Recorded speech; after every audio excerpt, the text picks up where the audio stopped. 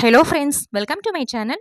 இன்னைக்கு நம்ம வீடியோவில் ஒரு கப் அவலும் தேங்காயும் வச்சு குழந்தைகள்லேருந்து பெரியவங்க முடிக்க விரும்பி சாப்பிட சுவையில் ஒரு சூப்பரான சுவையான ஸ்நாக்ஸ் ரெசிபி செய்கிறது எப்படின்னு பார்க்கலாங்க.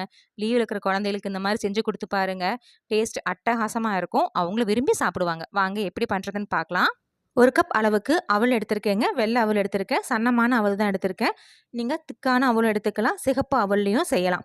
இந்த அவலை நல்லா தூசு துரும்பு இல்லாமல் க்ளீன் பண்ணிவிட்டு இது ஒரு மிக்சர் ஜாரில் சேர்த்துக்கலாங்க. மிக்சர் ஜார் ஈரம் இல்லாமல் ட்ரையான மிக்சர் ஜாரில் சேர்த்துக்கலாம்.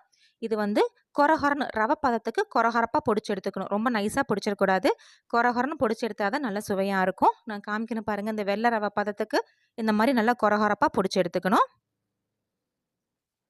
அடுத்ததான் இது ஒரு அகலமான பாத்திரத்தில் மாற்றிக்கலாங்க.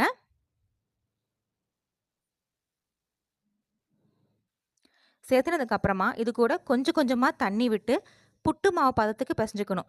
ஒரே டைமில் தண்ணி அதிகமாக சேர்த்துட வேண்டாம். புட்டுக்கு எப்படி நம்ம தண்ணி தெளித்து தெளித்து பிசைவோமோ அதே மாதிரி கொஞ்சம் கொஞ்சமாக தண்ணி சேர்த்து புட்டு மாவு பதத்துக்கு பிசைஞ்சு எடுத்துக்கணும். வெந்நீர் சேர்க்க வேண்டிய அவசியம் இல்லைங்க. நம்ம நார்மல் சாதாரண பச்சை தண்ணி சேர்த்தே பிசைஞ்சு எடுத்துக்கலாம். பிசையும் போது நல்லா உதுத்து விட்டு பிசையணுங்க. அப்போ தான் ஒன்றோட ஒன்று ஒட்டாமல் நல்லா புட்டு மாவு பதத்துக்கு இருக்கும். நான் காமிக்கிற மாரி இந்த மாரி நல்லா உதிர்த்து விட்டு நல்லா பெசஞ்சு எடுத்துக்கணுங்க. அப்பதான் ஒண்ணோட ஒண்ணு ஒட்டாம வரும். மாவோட பக்குவம்ன்னு பார்த்தீங்கன்னா, நல்லா பெசஞ்சதுக்கு அப்புறமா, நம்ம நாம்பி பிடிக்கும்போது நல்லா நாம்பி பிடிக்க வரணும். அதே மாரி உதுத்து விடும்போது நல்லா உதிர்ந்துரணும். புட்டு மாவுக்கு பக்குவம் சொல்லுவோம் இல்லைங்களா? அந்த மாரி நாம்பி பிடிக்கும்போது நல்லா அப்படியே நாம்பி பிடிக்க வரணும். உதுத்து விடும்போது ஒண்ணோட ஒண்ணு ஒட்டாம உதிரியா உதிரணும். அப்படியே கட்டி கட்டியா இல்லாம உதிரியா உதிர அளவுக்கு மாவு பெசஞ்சு எடுத்துட்டு, இதுக்கு ஒரு மூடி போட்டு ஒரு 10 நிமிஷம் அப்படியே ஊற வச்சு எடுத்துக்கலாம். ஊறட்டும். அடுத்ததா அவல் அரைச்ச அதே மிக்ஸர் ஜார்ல 1/2 மூடி அளவுக்கு தேங்காய் எடுத்து பீஸஸா கட் பண்ணி வச்சிருக்கேங்க. அது இது கூட சேர்த்துட்டு, இந்த தேங்காயும் தண்ணி எதுவும் சேர்க்காம பல்ஸ் மோட்ல கொரகொரப்பா அரைச்சுக்கணும். ஒரு 2 டைம் மட்டும் பல்ஸ் மோட்ல அடிச்சு எடுத்தா போதும். தேங்காய் பார்த்தீங்கன்னா, ரொம்ப சன்னமாவும் இல்லாம, ரொம்ப பெருசாவும் இல்லாம நான் காமிச்சிருக்கேன் அந்த மாரி அடிச்சு எடுத்துக்கணும். இப்போ இது ஒரு பாத்திரத்துல மாத்தி எடுத்து வச்சுக்கலாங்க.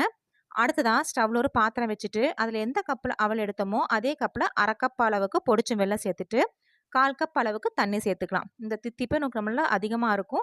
உங்களுக்கு ரொம்ப மிதமான தித்திப்பு போதும் அப்டின்னா, 1/4 கப்ப விட கொஞ்சம் அதிகமா நீங்க வெல்லம் சேர்த்தா போதும். இத நல்லா கரைச்சு எடுத்துக்கலாங்க. முதல்ல இந்த மாரி நல்லா கரைச்சு எடுத்துக்கணும். கரைச்சு எடுத்ததுக்கு அப்புறமா திரும்பி ஒரு 2லிருந்து 3 நிமிஷம் மட்டும் கொதிக்க வச்சு எடுத்துக்கலாம். பதம்னு பார்த்தீங்கன்னா, அந்த பிசுபிசுப்பு பதம் வரணும்.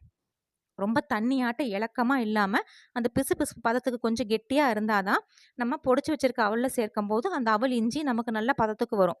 நம்ம அவல் கரைச்சோனயே சேர்த்துனோம்னா, ரொம்ப இலகுவாயிரும். உங்களுக்கு கொழக்கட்டை பிடிக்கிறதுக்கு ஈஸியா வராது. அதனால இந்த மாரி பிசுபிசு பதத்துக்கு வந்து காய்ச்சி எடுத்துக்கலாம். அடுத்ததா பார்த்தீங்கன்னா, இப்போ ஒரு 10 நிமிஷத்துல இது நல்லா ஊறி வந்திருக்கு. இது எப்படி அப்படியே உதுத்து விட்டு எடுத்துக்கலாம். பாருங்க இந்த மாரி நல்லா ஒண்ணோட ஒண்ணு ஒட்டாம, நல்லா உதிரியா உதிரணும். இந்த பக்குவத்துக்கு பெசஞ்சு எடுத்தணும். அடுத்ததா இது கூட நம்ம பொடிச்சு வச்சிருந்த தேங்காய சேர்த்துக்கலாங்க. நீங்க தேங்காய் குட்டி குட்டி பீஸஸா கட் பண்ணியும் சேர்த்துக்கலாம். இந்த மாரி கொஞ்சம் 1க்கு 2ஆ கொரகொரப்பா பெருசும் சிறுசுமா பொடிச்சு எடுத்து சாப்பிடும்போது நல்ல சுவையா இருக்கும். இது அந்த அவலோட சேர்த்துனதுக்கு அப்புறமா ஒரு டைம் லைட்டா கலந்து விட்டுட்டு, இது கூட நம்ம ஏற்கனவே கரைச்சு வச்சிருந்தோம் இல்லைங்களா வெல்லப்பாகு, அத இது கூட வடிகட்டி சேர்த்துக்கலாம். நீங்க வெல்லப்பாகுன்னு இல்லைங்க. இது கூட நாட்டு சர்க்கரையும் சேர்த்து செய்யலாம். வெல்லப்பாகு செய்யும்போது நம்ம கரைச்சு சேர்க்கிறோம். நாட்டு சர்க்கரை சேர்க்கும்போது நீங்க இந்த பதத்துல தேங்காய் சேர்த்துனதுக்கு அப்புறமா இனிப்புக்கு தகுந்த அளவுக்கு அந்த நாட்டு சர்க்கரை சேர்த்துட்டு நல்லா கலந்து விட்டு எடுத்துக்கலாம். இப்போ வந்து கரைச்சு வச்சிருந்த வெல்லப்பாக வடிகட்டி சேர்த்துனதுக்கு அப்புறமா, ஒரு கரண்டி வச்சு நல்லா கலந்து விட்டு எடுத்துக்கலாங்க. நல்லா சூடா இருக்கும். ஒரு கரண்டி வச்சு நல்லா கலந்து விட்டு எடுத்துக்கணும். இந்த மாரி கரண்டி வச்சு நல்லா கலந்ததுக்கு அப்புறமா, சமப்படுத்திட்டு ஒரு 5 நிமிஷம் அப்படியே விட்டுறலாங்க. இந்த வெல்லப்பாகுல இந்த அவல் கொஞ்சம் நல்லா ஊறி வரட்டும். இதுக்கு ஒரு மூடி போட்டுருவோம். ஒரு 5 நிமிஷம் கழிச்சு பார்க்கலாம். ரொம்ப அதிக நேரம் வேண்டாங்க. ஒரு 5 நிமிஷம் வச்சோம்னா போதும். இப்போ ஒரு 5 நிமிஷம் ஆயிடுச்சுங்க. ஓப்பன் பண்ணி பார்க்கலாம்.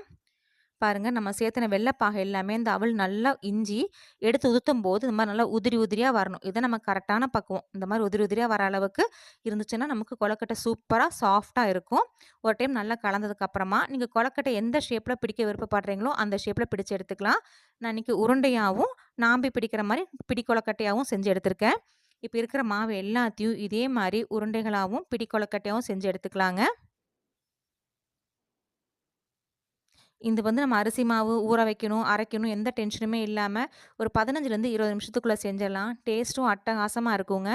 இப்ப எல்லா மாவையும் நான் பிடி கொழக்கட்டையாவும், உருண்டையாவும் பிடிச்சு வச்சிருக்கேன். அடுத்தது ஸ்டவ்ல ஒரு இட்லி பாத்திரம் வச்சுட்டு, தண்ணி நல்லா சூடானதுக்கு அப்புறமா அதில இட்லி துணி போட்டு வச்சிருக்கேங்க. அதில நம்ம பிடிச்சு வச்சிருந்த கொழுக்கட்டை எல்லாத்தையும் சேர்த்துட்டு, இதுக்கு ஒரு மூடி போட்டு மீடியம் ஃப்ளேம்ல கரெக்ட்டா ஒரு 5லேருந்து 8 நிமிஷம் மேக்ஸிமம் 8 நிமிஷம் வெந்தாலே போதும். நல்லா வெந்து வந்துரும். இப்போ ஒரு வெந்து வரட்டும் பார்க்கலாம். இப்ப கரெக்ட்டா ஒரு 8 நிமிஷம் ஆயிடுச்சுங்க. ஓப்பன் பண்ணி பார்க்கலாம். பாருங்க நல்லா அப்படியே பார்த்தாலே தெரியும். நல்லா சாஃப்ட்டா வெந்து வந்திருக்கு. இந்த அளவுக்கு வேக வச்சோம்னா போதும். மேக்ஸிமம் ஒரு 5லேருந்து 8 நிமிஷமே போதுங்க. ஃப்ளேம் ஆஃப் பண்ணிட்டு ஒரு பிளேட்ல மாத்தி எடுத்துக்கலாம். அவ்வளோதாங்க சூப்பரான சுவையான கொழுக்கட்டை ரெடி. ஃப்ரெண்ட்ஸ் நீங்களும் இந்த ரெசிபிய ட்ரை பண்ணி பாருங்க. ட்ரை பண்ணி பார்த்துட்டு உங்க கமெண்ட்ஸ்ல சொல்லுங்க. உங்களுக்கு இந்த வீடியோ பிடிச்சிருந்தா மறக்காம நம்ம சேனலுக்கு சப்ஸ்கிரைப் பண்ணுங்க.